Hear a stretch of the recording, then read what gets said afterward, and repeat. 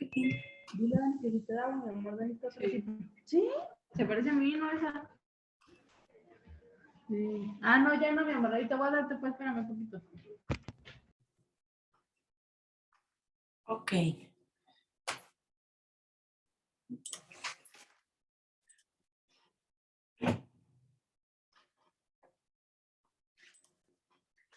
Bien.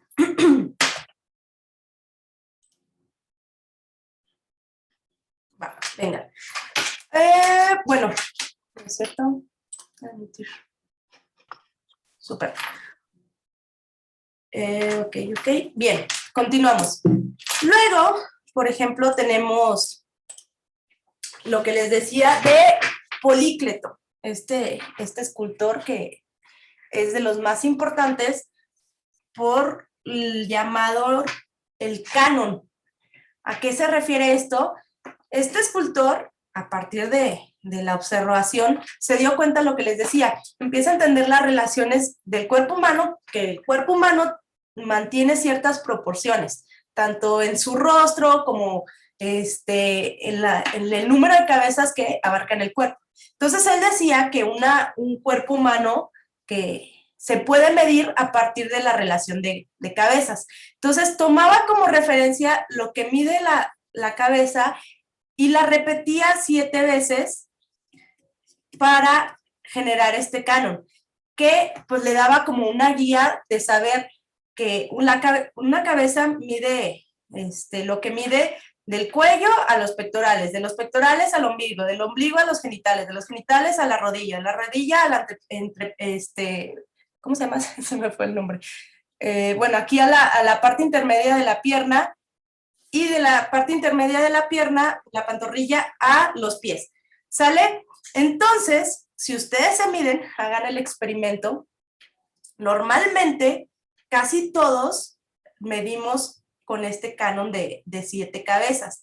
Las personas que son muy altas, de su salón, creo que Ociel es muy alto, tal vez Ociel pueda tener el canon de 7 cabezas y media. O sea que su cabeza se puede medir 7 veces a lo largo de su cuerpo.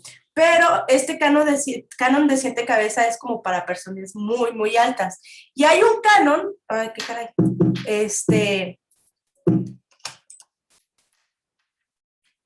hay un canon de 8 cabezas donde las piernas son muchísimo más alargadas que el resto del cuerpo. Normalmente esto es de la gente que es muy, muy alta, que puede cumplir este canon. Normalmente las mujeres en México, sin temor a equivocarme, tenemos un canon de 7 cabezas. Entonces él empieza pues a medir las esculturas, se da cuenta de estas relaciones y proporciones entre el cuerpo humano y empieza a medir sus esculturas con estos cánones. Vemos aquí lo que les decía, ¿por qué se me cambió? Vemos aquí lo que les decía de los brazos. Denme un segundo para quitarle el touch, que es el que... Ok. El canon de los brazos, a partir de este canon, perdón, de las medidas, vemos aquí el brazo, lo que les decía. Habíamos visto en los Kuroi y los Korei y los Kurous que el brazo te llegaba como por aquí, ¿sale? Entonces, no había realmente un estudio anatómico y pues las proporciones se veían como un poco extrañas. Aquí ya empezamos a entender las proporciones reales y aparte ya están más que medidas para poder realizar pues una escultura más realista y más naturalista, ¿sale? Entonces, no se les olvide el del canon de 7 cabezas de Polícleto y el de Apoxímenos, que es el canon de 7 cabezas y media. Mídanse en algún punto de su tiempo libre, si es que lo tienen, para ver qué canon tienen ustedes. Luego, pues vemos más figuras de la escuela clásica, lo mismo, mismas representaciones, hay un estudio anatómico, se buscan pues, las proporciones del cuerpo humano pues más acertadas. Vemos aquí lo que les decía de la posición, que es bien importante notar. Por ejemplo, aquí los brazos de esta escultura para poder realizar, les digo, esta acción de separar los brazos de la escultura, necesitas tener más maestría porque el brazo se te puede romper y se te puede caer. Vean, por ejemplo, esta ya perdió las manos. Seguramente sí las tuvo, no es que estuviera así la escultura, seguramente sí las tuvo y se cayeron pues, a lo largo de la historia, porque pues para resolver las manos, o sea, vean, los deditos, cuando tú lo estás resolviendo en escultura, pues es bien difícil porque necesitas ponerle una estructura interna para que se mantenga, si no, pues se te caen. Al final es material muy pesado. Ok, y luego, bueno, más de escultura clásica. Continuamos. Otra vez vemos cómo en esta escultura clásica los frontones van a ser adornados, pero vean el cambio, o sea, los frontones que vimos en el periodo arcaico, pues igual las figuras todavía están como poco trabajadas. Aquí vean la maestría de estas esculturas. El manejo de las telas, cómo se siente, cómo trabajan la piedra o el mármol para generar esta saliente y estos entresaques en la piedra y generar los pliegues de la escultura. Habla pues de un manejo impresionante ahí de los escultores. Y bueno, finalmente llegamos a la etapa helenística, que es como la más reciente. ¿Y cuáles son las características? Vamos a encontrar realismo, o sea, tratar de representar la realidad tal cual es. Van a tener una mayor expresividad en cuanto a... Se me salió.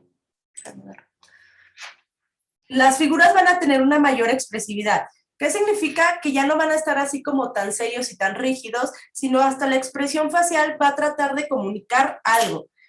La monumentalidad, van a ser figuras pues bastante grandes y se va a hacer una multiplicación de los puntos de vista, ahorita lo explico.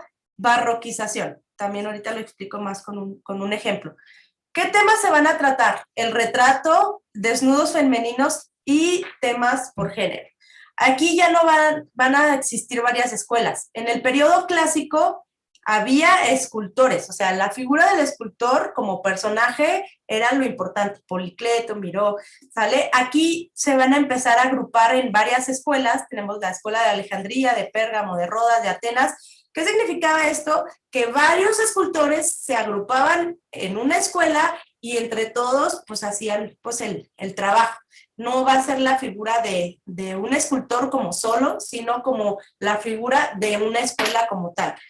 Entonces vamos a ver las características de realismo, expresividad, monumentalidad, barroquización y multiplicación de puntos de vista.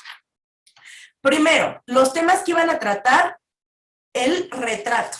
Aquí empieza a ver este tipo de escultura. ¿Qué es el retrato?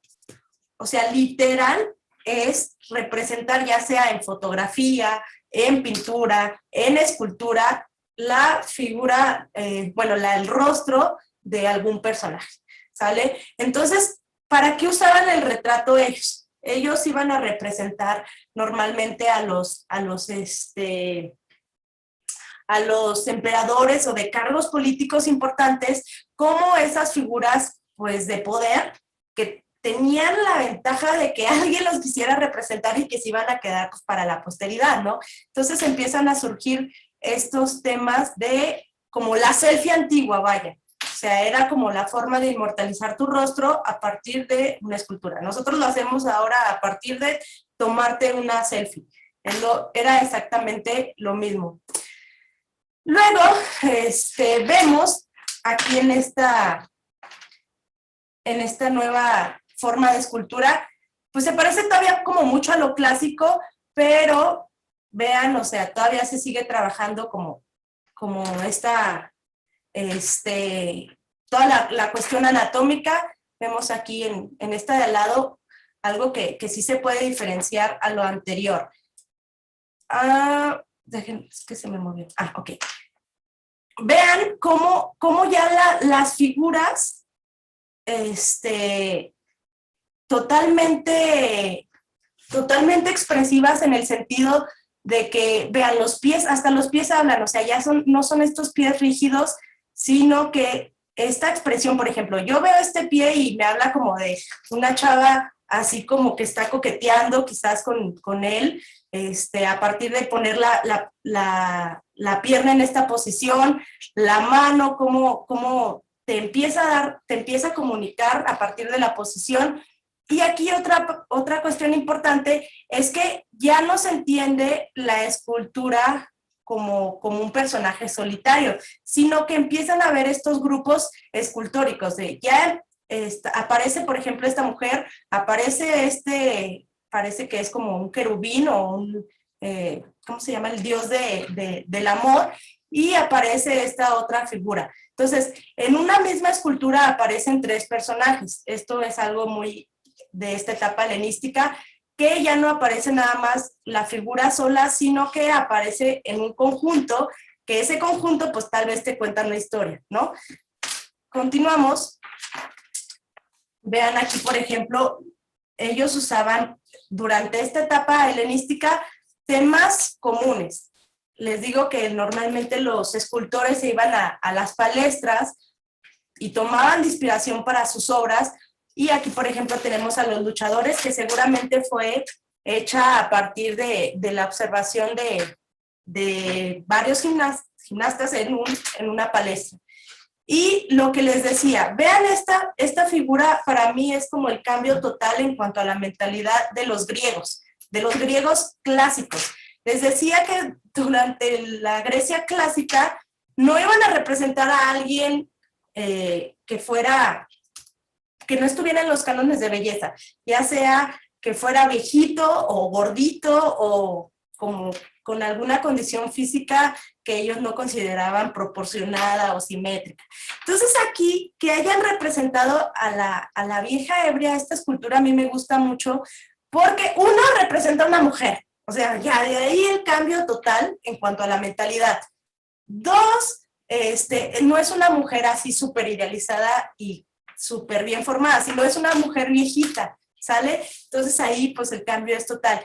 Y aparte del tema, que esté ebria, no, o sea, ya no es esta búsqueda de la perfección y la belleza, sino que empiezan a tocar pues estos temas pues del día a día, y pues se aleja mucho de los cánones de esa Grecia clásica. Pero bueno, esto ya es más adelantado. Luego, la monumentalidad. O sea, aquí empiezan a hacer las esculturas así enormes. Aquí también responde a que no era solamente una escultora el que lo hacía, sino era una escuela, un conjunto de escultores que podía lograr pues esta escultura más grande. Luego, yo creo que la escultura más característica de este periodo, que va a representar las características que vimos de barroquización. ¿Qué es eso? Ahorita les digo. Barroquización, expresividad, diferentes puntos de vista. Vamos a explicar estos 3 que yo creo que son los más importantes. Primero, expresividad. Durante esta etapa del helenismo, las esculturas buscaban comunicar emociones humanas, ya sea amor, dolor, pasión o cualquiera de estas emociones que tenemos como seres humanos, miedo incluso. ¿Y cómo iban a buscar esta expresión de las emociones y de los sentimientos? Pues a partir de las posiciones que tú puedes adoptar con el cuerpo. Cuando algo te duele o te da miedo, pues tienes como estas expresiones en el cuerpo más rígidas, o te cubres, tu rostro pues adopta diferentes características. Entonces, por ejemplo, aquí vemos la expresión del rostro de aquí, por ejemplo, de esta escultura. Vean, es como de dolor. Vean la expresión de su rostro, la forma de los ojos como caída, la forma de la boca como haciendo como un gesto que le duele, porque si vemos el tema, vemos que una serpiente, que en este caso es se consideraba esta serpiente de Adán y Eva, pues lo está mordiendo o lo está aquí bordeando y genera pues que le duela, ¿no? Entonces, buscan esa expresividad a partir del rostro y de la posición del cuerpo. O sea, esta posición del cuerpo responde a lo que quería comunicar esta escuela de Rodas. Vean aquí también esta figura que también expresa pues ese como dolor que le está causando en la escultura. Entonces, esta expresividad pues no se había visto como tal en las figuras anteriores. Aquí ya se está buscando pues comunicar una emoción o una cuestión más humana. Lo de barroquización, ¿a qué se refiere esta palabra de barroquización? Es que ponían muchos elementos como muy exagerados, vaya. O sea, ya no tenemos como esta figura muy limpia que teníamos en la etapa clásica, sino que aquí, vean, aparecen telas, las formas están dobladas, la posición está como muy, como muy teatral, esa es la palabra, la teatralidad. Parece casi como si estuvieran posando de una forma muy, muy teatral, muy expresiva. Y eso genera que no sea una forma así muy pura ni nada, o sea, sino que se genera esta palabra de barroquización, que es buscar mucha expresividad a partir de muchos elementos. Ahí metes muchos elementos para poder expresar lo que quieres. Y lo de diferentes puntos de vista, ¿a qué se refiere esto? Lo que les decía, una escultura la puedes ver a partir de diferentes ángulos, ¿no? De frente, de lado. Y estas figuras helenísticas sí están hechas para que tú las bordees, para que veas lo que está pasando acá atrás, que veas cómo se ve la figura de lado, porque te da diferentes puntos de vista. Tal vez aquí esté muy interesante darle la vuelta y ver cómo son los pliegues de esta tela, cómo esta serpiente va bordeando estas figuras, y tal vez está muy interesante verlo desde acá atrás. Pues de frente, pues obviamente está súper bien trabajado, pero pues ¿qué te genera? Que tú quieras bordear la escultura y ver qué está pasando desde los diferentes ángulos que tiene esta escultura, cosa que pues no habíamos visto ni con los egipcios, ni con Mesopotamia, que eran pues figuras que se veían solo de frente, ni en esta etapa arcaica ni clásica, que también se ven casi solo de frente, sino es este periodo helenístico que se empieza a generar esta expresividad, esta barroquización, y estas mismas dos condiciones de barroquización y expresividad te generan que tú quieras darle la vuelta y verlos desde diferentes puntos de vista. A veces siento que me voy muy rápido, pero ¿dudas hasta ahí o se entendió? A ver, alguien que prenda su micrófono y me diga ¿cuál es la diferencia entre el periodo clásico y el que habíamos visto con, por ejemplo, esta escultura de Rodas? Respecto a todo lo que dije, o si tienen dudas. A ver, Francisco, ¿estás despierto?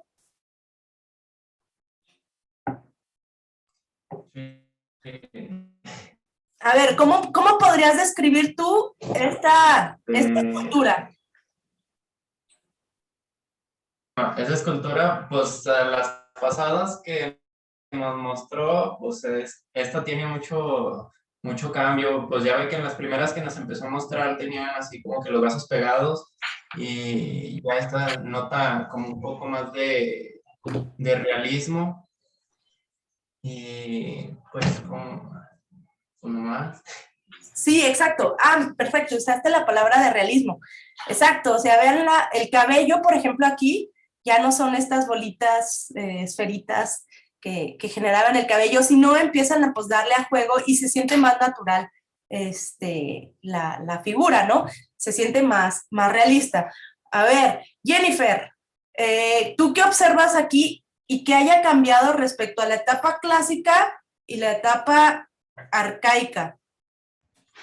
Yo digo que la expresividad, ¿no, maestra? Aquí se nota más cómo se expresan, como decía usted, si estaba triste, si lo frustrabas, y creo que la expresividad es lo que más se muestra en esta figura, Súper. en esta escultura.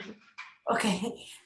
A ver, Mauricio, ¿tú qué característica como rescatas aquí de la escultura helenística?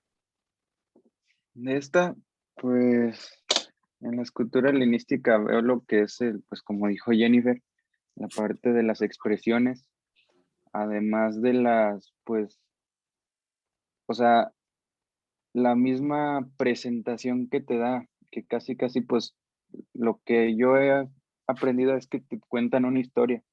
Si no me acuerdo, pues esta era la de Adán, de que, pues, su batalla contra la serpiente.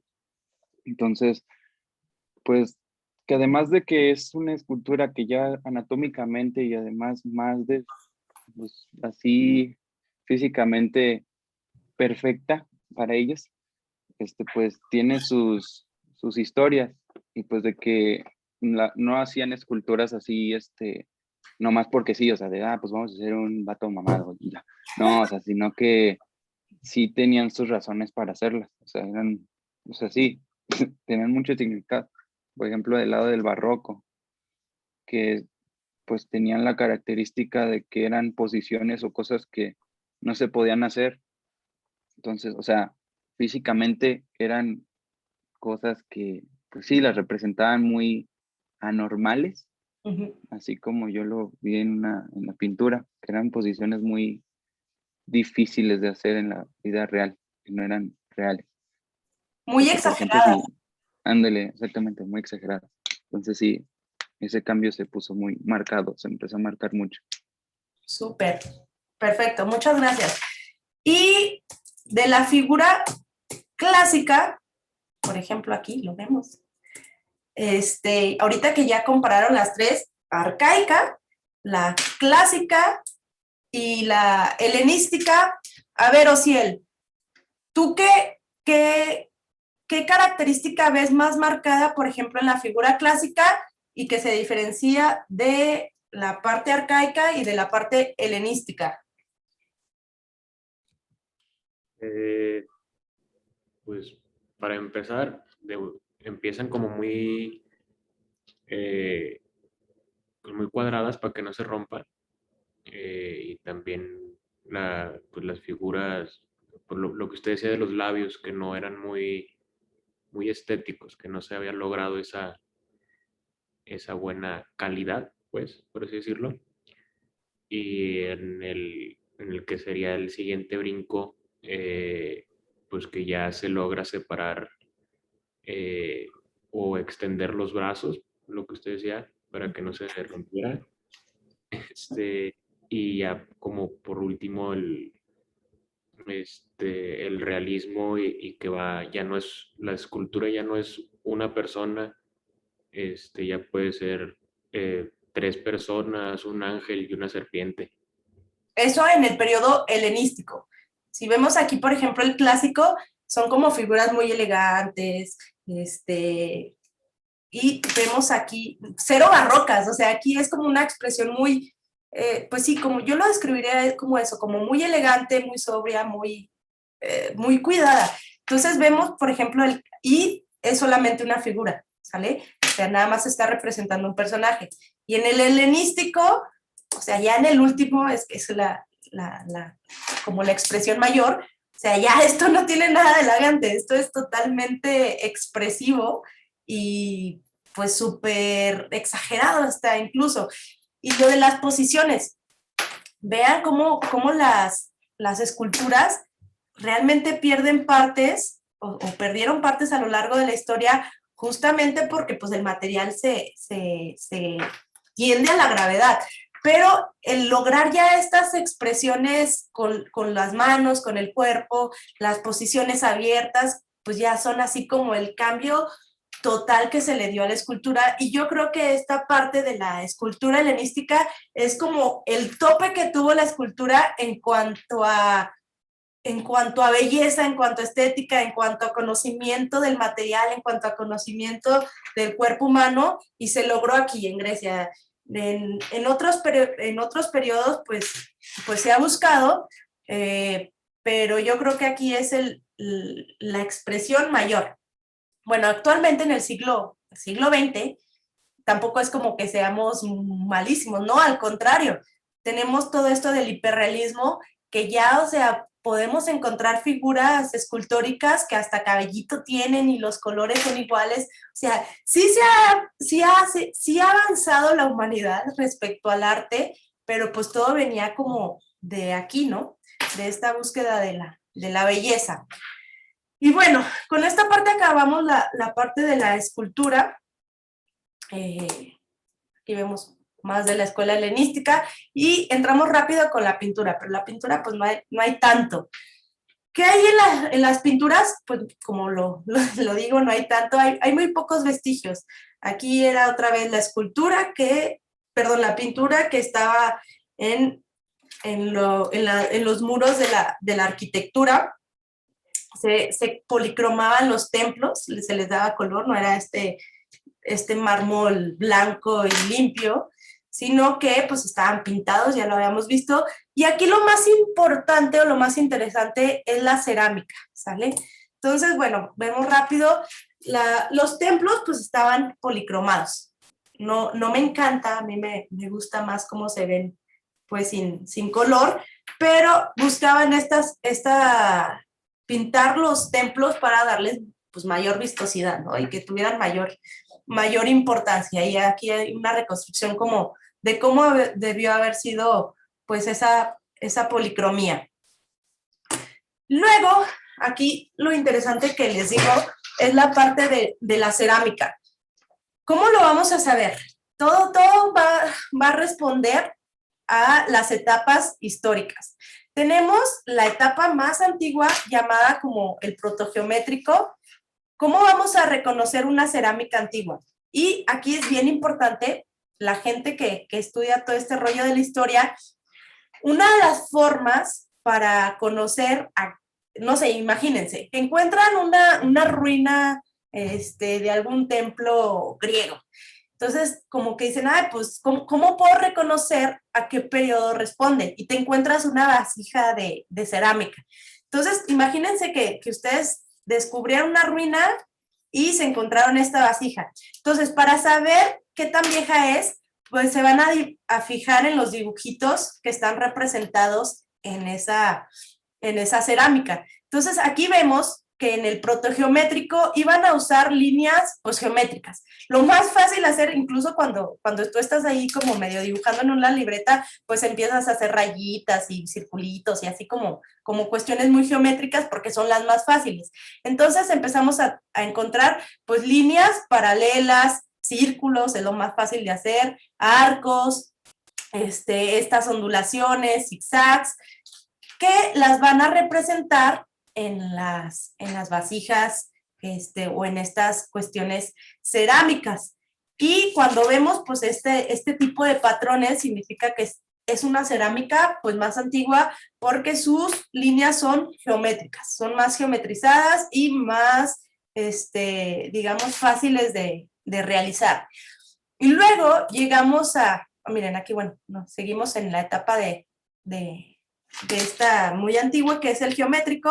Vemos cómo van a representar estas líneas, pues que son totalmente geometrizadas, los círculos y las franjas. Ellos van a poner como estas franjas a lo largo de de las cuestiones cerámicas. Miren, franja 1, franja por todos lados. Entonces, significa que si tiene estas franjas y estas franjas están adornadas con estas geometrías, pues responden a este periodo más antiguo. Vean, aquí entramos a la etapa arcaica, que es una siguiente, una posterior a la etapa geométrica. ¿Y qué vemos aquí? Se siguen conservando las franjitas, vean. Y haciendo pues esto se ve muy etapa geométrica, pero vean aquí el cambio con la etapa arcaica. Sí se siguen haciendo como estas franjitas, se sigue representando todo en forma de franjas, pero ¿qué ven que aparece aquí? Empiezan a aparecer estas figuras que tienden hacia un naturalismo, o sea, a la realidad. Estoy aquí tratando de representar un caballo, aquí un humanito, los carritos estos que seguramente son de guerra. Total, empiezan a aparecer ya figuras del mundo natural, ya sea antropomorfas, humanos, o zoomorfas con los animales.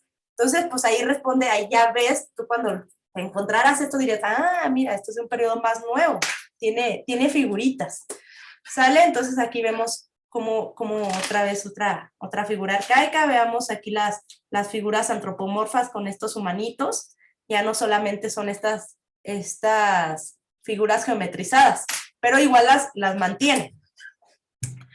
Vean, esto, recuerden que los griegos tuvieron relación con Asia. Entonces, si vemos este jarrón, es uno de los que a mí me parece más interesantes, tiene como todas estas figuras que se ven como muy asiáticas, ¿sale? Y aquí vemos que ya las figuras pues están más naturalizadas, más realistas y mejor trabajadas. Y pues tienen, los digo, esta influencia del mundo oriental, pues ahí de los persas, que fueron ahí los mesopotámicos que finalmente conquistaron toda la parte de Asia, y en algún punto con Alejandro Magno los conquistó, y pues se tiene esta relación entre el mundo occidental y el mundo oriental. Y bueno, aquí se ve representada esa influencia. Y luego entramos a la etapa clásica. Y a la etapa clásica también vemos como en la pintura, vean, aquí las figuras, pues al igual que en la escultura, ya están mejor resueltas en cuanto a todo. O sea, las partes del cuerpo, pues se ve que es una pierna, empiezan a tocar estos temas antropomorfos y de mitos clásicos también. Seguramente aquí te están contando una historia de algún mito, no sé realmente de cuál, pero vean, aparecen ya personajes, y las franjas que habíamos visto en las primeras etapas, pues empiezan a desaparecer o a ser menos, ¿sale? Luego, la etapa helenística, ¿no? Aquí ya es como, pues, el punto ya máximo de expresión artística, donde, pues, todo está muy bien representado, ponen todas estas figuras creando grupos pictóricos que te cuentan pues algún tipo de historia de los temas comunes, y aquí los colores son importantes. Normalmente el canon de colores que ellos van a usar son dos. Uno, el rojo como fondo o el rojo como figura. Y en combinación con el negro como figura o el negro como fondo, ¿sale? Entonces van a utilizar estos dos colores siempre, estos colores que eran muy ocres, rojo y negro, ya sea que el rojo fuera la figura o el rojo fuera el fondo, el negro fuera la figura o el negro fuera el fondo o fuera la figura. Entonces iban a jugar como con estos dos colores, a veces las figuras están pintadas o a veces son totalmente negras, y pues lo vamos a ver representado. A ver, aquí lo vemos, por ejemplo, otra vez eso del canon de colores, negros y rojos o ocres, figura negra, fondo ocre, figura ocre, fondo negro. Y vean aquí, bien interesante cómo en la cerámica empiezan a generar la misma cerámica cierta expresividad en cuanto a la forma, en cuanto a la forma de agarrar estas asas, cómo van a representar pues la maestría en cuanto al uso del material, en este caso que sería el barro, y también el uso que se le va a dar a cada una de estas vasijas. Unas eran para almacenamiento, otras para tomar bebidas, para guardar cosas, etcétera. O sea, cada vasijita, cada cerámica va a tener su propio uso. Algunas solamente eran decorativas, y vean, tienen diferentes formas de expresión que respondían a los usos que iban a tener pues cada objeto. ¿Sale? Entonces, ya para finalizar esto de la pintura y escultura, vemos que la cerámica también tuvo un desarrollo pictórico y también en cuanto a forma, como lo tuvo como lo tuvo la escultura. Vean, pasamos aquí, lo voy a representar con las asas, con esta partecita que se agarran. Vean aquí, pues súper pegadas también al cuerpo de la cerámica, y vemos como en periodos más adelantados, pues ya tenemos mayor expresividad en cuanto a los elementos también de la escultura, perdón, de la cerámica, y las formas, cómo cambian unas de otras. Ahí pues hay una cuestión artesanal bien importante y bien interesante en cuanto al uso de la cerámica. Y fue bien importante también porque les digo, nos ayuda a datar históricamente a qué etapa corresponde. Incluso el otro día estaba viendo un documental donde encuentran justo lo que les decía, encontraron unas ruinas y empezaron a encontrar como pedacería de la cerámica. Y antes de excavar más y más y más, esa pedacería pues les dio las pautas para decir, mira, corresponde a esta etapa. Entonces podemos ir buscando más, pero ya sabemos más o menos a qué etapa corresponde de acuerdo a las características que vemos en su cerámica. A mayor especialización, pues más reciente significa que es. Y esta gente de los griegos se hizo especialista en el uso de la cerámica. ¿Cómo se hace una cerámica? Rápido. Pues, más o menos es el proceso que nosotros vamos a hacer en nuestra práctica. Tienes tu bloque de barro y normalmente la cerámica pues ya lo moldeas, ¿no? Le das la forma que tú desees. Luego lo dejas secar hasta que toda el agua pues se seque, y normalmente se mete en hornos. Esos hornos hacen que la arcilla se solidifique y se junte, generando lo que es la cerámica. Un barro sin cocer solamente pues es una pieza de barro.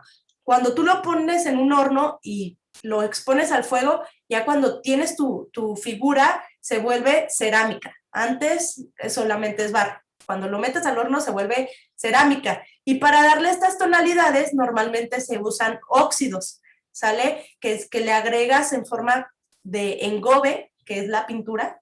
A la pintura de la cerámica se le conoce como engobe, y este engobe pues ya lo usas para generar estas tonalidades. Y bueno, con eso terminamos la parte de escultura y pintura en cuanto a Grecia, y terminamos con la parte de los griegos. Vamos a utilizar la media hora que nos falta, los 20 minutos, para empezar a hacer la práctica. No creo que acabemos hoy, pero pues se los voy a dejar de tarea, pero para que empiecen a tener en contacto con el material. Vayan por sus cosas y en 5 minutos regresamos para ir tratar de hacer las figuritas estas de barro. Regresamos a las 1:35, ¿sale? Ahorita nos vemos. Bye.